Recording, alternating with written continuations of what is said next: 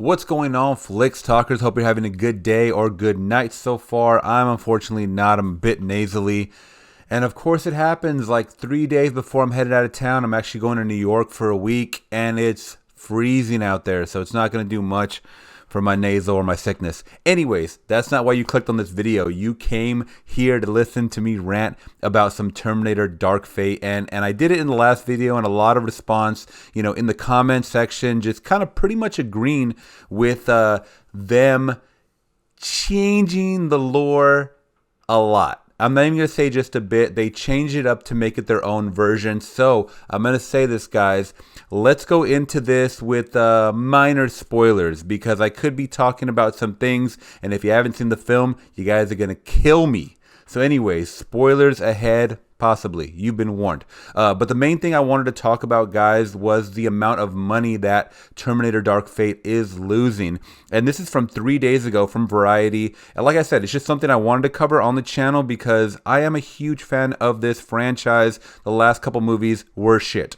So let's just jump to this because this was supposed to be the third actual installment. They were supposed to disregard everything after T2 and make it a continuation. In my eyes, it was the weakest of the trilogy. If it was going to happen, if it was going to be a trilogy, it fell flat. I know it had some large shoes to fill. I know it was Tim Miller's own interpretations and whatnot. That's totally fine. I just didn't like how it attached itself to the Terminator franchise. If anything, it was good as a standalone movie, and they could have disregarded the scene at the beginning, the one that everybody's talking about. If you guys don't know what I'm talking about, I'm going to leave it down below. Edward Furlong, that's all I'm going to say. Okay, so let's talk about the money that it did lose. So box office bomb, Terminator Dark Fate could lose over 100 million.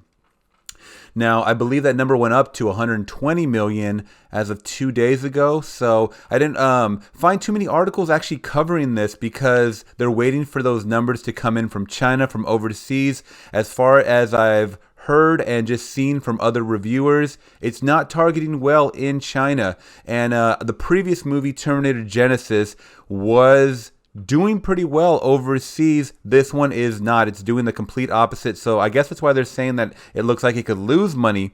So let's just kind of jump over here and read what they have to say about Dark Fate losing money. Alright, so it says the sixth Terminator entry debuted with a dismal 29 million in North America and 102 million overseas. Disappointing figures for a movie that cost 180 million to produce. These are large budgeted movies, guys, with all the CGI and all the action scenes going on. Plus 80 million to 100 million in global marketing. So you guys always have to remember, whatever the budget costs, cut that in half, and that's what you get. Hundreds of millions of dollars just for the marketing budget, guys. And this was one that I saw on all the YouTube ads, all on TV, and we'll go over that in a second with the TV ads because they spent so much money, guys, just in TV and just getting this to as many eyes as possible. Unless Terminator Dark Fate sees an exceptionally strong hold in the coming weeks, sources at rival studios estimate the movie could lose 100 million theatrically. It will be able to earn back some of that money in television and streaming licensing deals, as well as through home entertainment sales and rentals. Now, if you guys saw my previous review with Jeremy on this one, I said that I was going to pick this film up just for the nostalgic fact that we do get Linda Hamilton and Arnold Schwarzenegger in this film, and that was a huge like of mine in the film. As far as them breaking the lore of everything, trash. But I thought it was visually really, really cool, and I thought it would look amazing in 4K, so I'm probably going to pick it up to support them in that aspect, but the lore, really just kind of rubbed us all the wrong way. So I heard it was going to be something like 300 to 400 million worldwide that they had to make to even break even. I don't even see that possibly happening. I'm sure it has to be more than that, guys, to even warrant a sequel. I heard there was supposed to be a trilogy of this. That's definitely not going to happen. I mean, no studios anytime soon are going to want to take on this type of project with a loss like this. Less than 30 million. I think they even said like Pacific Rim Uprising made 30 million. And this is pretty sad, guys. But I mean, usually robot and monster movies do well overseas. So kind of crossing my fingers in that sense. But I don't want them to make any more of these, guys. This is one and done. And I think the main reason that nobody was flocking to see this movie is because the last couple of movies were so damn disappointing. And if they were really trying to target this to a new demographic, they wouldn't have done what they did in the beginning of this film, guys. Come on. You can't debate me on that. There was no reason to do that to a beloved character, spoiler territory, you know, that we all grew up on, guys. And if you wanted to make it its own story, its own thing, you could have left that scene out, guys. I totally understand what you guys were doing. And the more that I think about it, this is just a T2 reboot. That's it. Mackenzie Davis was awesome. Linda Hamilton was cool.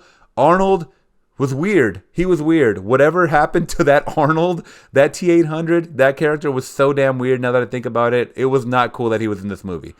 Anyways, let's jump over here to check out how much they spent on advertisement on TV, guys. So if we scroll all the way down here, Variety also targets, you know, weekly things, advertisement, budgeting, spending, and it looks like Terminator Dark Fate spent $5.2 million, guys, with 356 million impressions. Attention score was at 94.74. I don't know what all these numbers mean, guys, but they're large, and it was on 35 networks, over 1,000 national airings, most spent on NBC and ESPN. If you guys search on YouTube, you guys can see it. They have like an ESPN collab video or something where it shows Linda Hamilton and Arnold, I think, like talking to like Kawhi Leonard. It was freaking weird. I don't know what the hell, where they were targeting this towards. But anyways, most of them you can see right there are 30-second spots. So that's a lot of money for just 30-second spots, guys.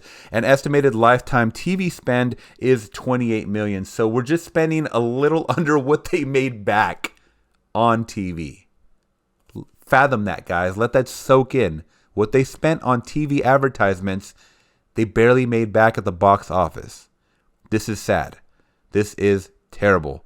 All right, so anyways, guys, that is my rant. I've been thinking about this movie for like the last week since we last saw it, and it's all kind of soaking in. I did check out a lot of reviewers that were angry. I mean, I'm not that angry.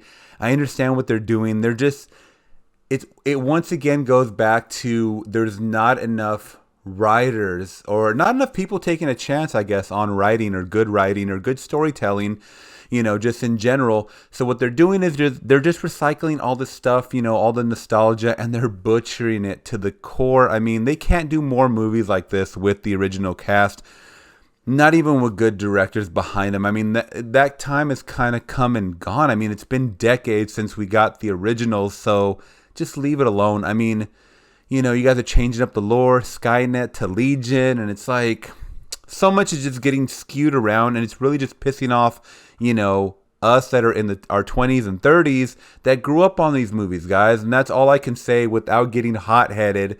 Leave it alone. Please leave it alone.